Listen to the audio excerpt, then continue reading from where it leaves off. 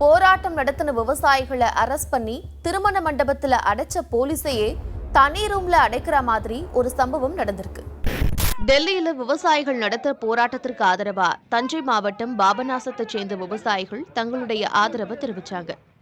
இதுக்காக பாபநாசம் ரயில்வே ஸ்டேஷன்ல மறியல் போராட்டம் நடத்தினாங்க.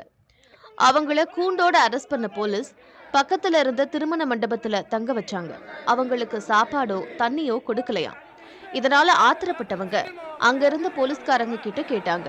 அப்போ ஆயுதப்படை போலீஸான மணிங்கிறவரு போதையில இருந்திருக்கிறாரு. அவரு விவசாயிகள் கிட்ட ரொம்ப அநாகரிகமா நடந்துகிட்டதா சொல்லப்படுது.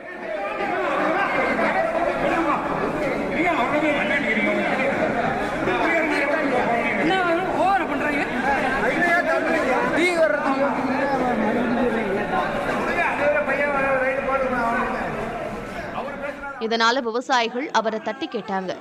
அப்போ அங்க பதற்றம் துத்திக்குச்சு.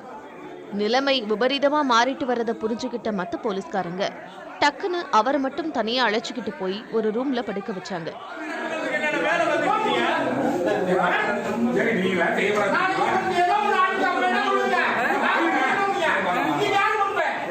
பாதுகாப்புக்காக வந்த ஒரு போலீஸே பணி நேரத்துல போதையில இருந்ததும் விவசாயிகளை அநாகரிகமா பேசுறதும் பெரிய அதிர்ச்சியை ஏற்படுத்தியிருக்கு.